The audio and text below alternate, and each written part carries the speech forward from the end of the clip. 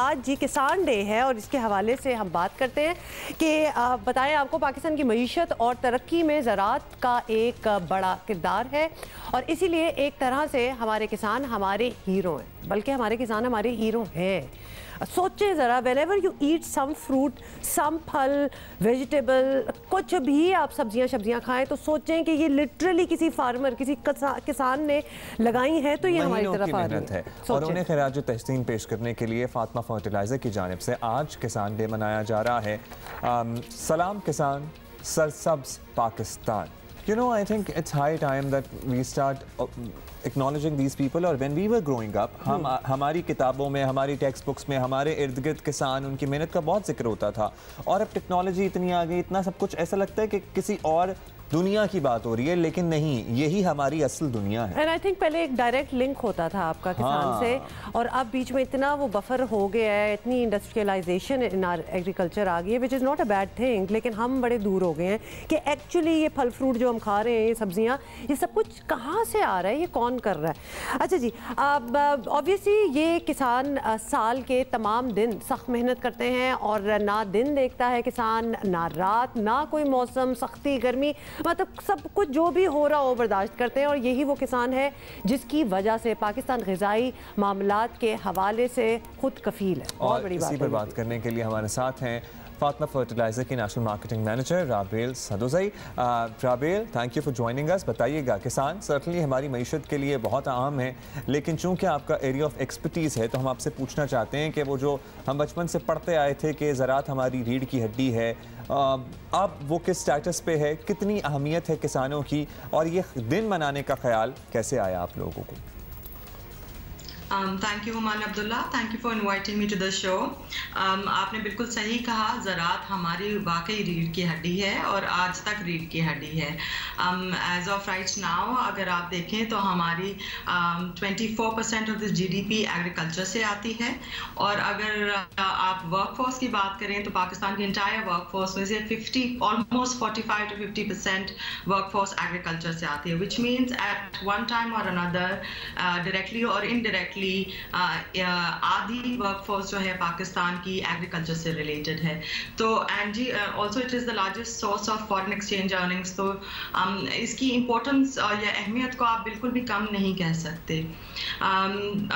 जिस तरह बात कर रहे थे किसान डे का किस तरह ख्याल आया, हम फर्टिलाइज़र बेचते हैं और हमारा बहुत गहरा ताल्लुक है हमारे किसान बहनों और भाइयों के साथ, लेकिन जब भी हम उनसे बात करते थे तो उनके एक बहुत एहसास होता था कि जी हमें कोई अप्रिशिएट नहीं करता। आपका मैं इंट्रोडक्शन सुन रही थी, आपने बिल्कुल सही कहा, जो कपड़ा हम पहनते हैं, जो फ्रूट हम खाते हैं, जो सब्जी हम खाते हैं, हम रेस्टोरेंट में जाते हैं या हम सुपर स्टोर जाते हैं, हम तो कैजुअली जाके उठा लेते हैं और इस्तेमाल कर लेते हैं। उसके पीछे एक बहुत हमारे किसान बहन और भाइयों की बहुत मेहनत होती है, उनका खून पसीना उसमें बहुत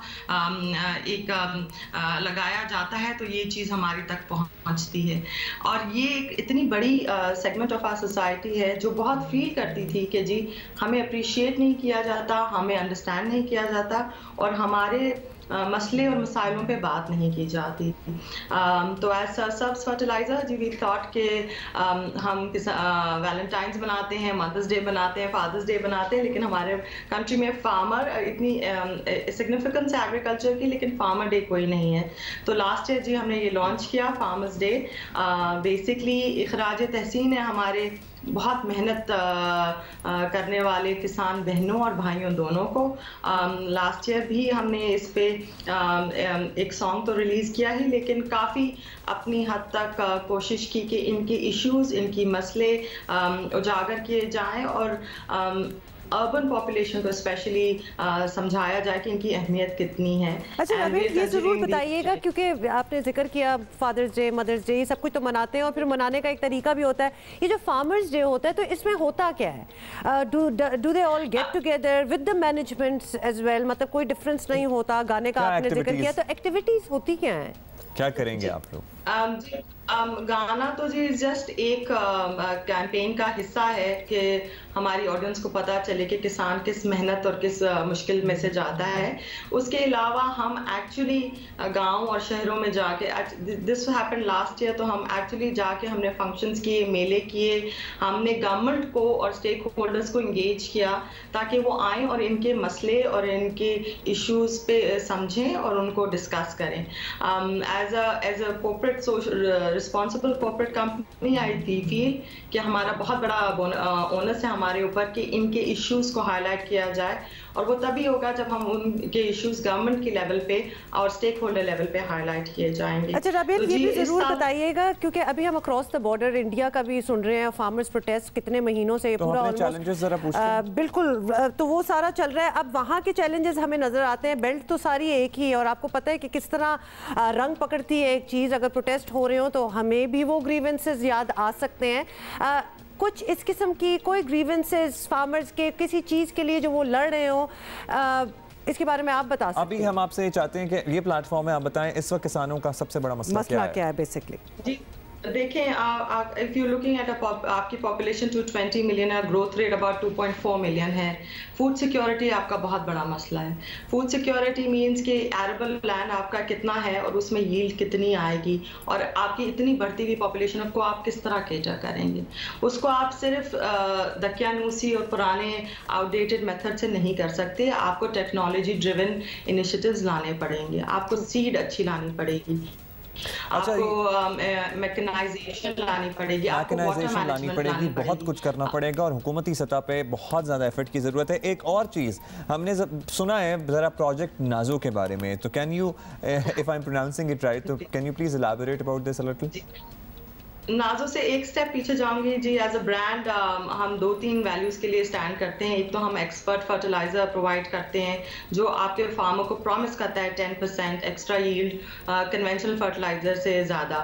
तो वहाँ पे हम एक कंसर्न तो एड्रेस कर ही रहे हैं फार्मर का। दूसरा कंसर्न फार्मर का था कि जी मुझे समझा नहीं जाता, मुझे अप्रिशिएट नहीं किया जाता, वो हम एड्रेस कर रहे हैं फार्मर डे से।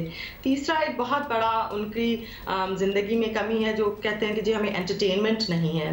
तो एज अ ब्रांड हमने टेंट पैगिंग और कबड्डी, जो हमारे गेम्स ऑफ द लैंड हैं, हमारी सॉइल के गेम्स हैं, उसकी हमने ओनरशिप ली है और हम कंसिस्टेंटली पिछले कितने सालों से ये कर रहे थे। इस साल जी हमने सोचा कि हम अपने किसानों बहन भाइयों की कहानियों पे वेब सीरीज लॉन्च करें, जो हम कल हमारी पहली वेब एपिसोड लॉन्च हो रही है, Nazo. It's a very interesting story. Nazo ji एक सिंध की फार्मर हैं और about couple of years back उनके भाई को मार दिया गया और बाप को जेल भेज दिया गया, और उनकी ज़मीन पे कब्जा करने के लिए उनके रिश्तेदार और गांव के लोग आए। तो नाजो अकेली ने किस तरह अपनी ज़मीन को डिफेंड किया।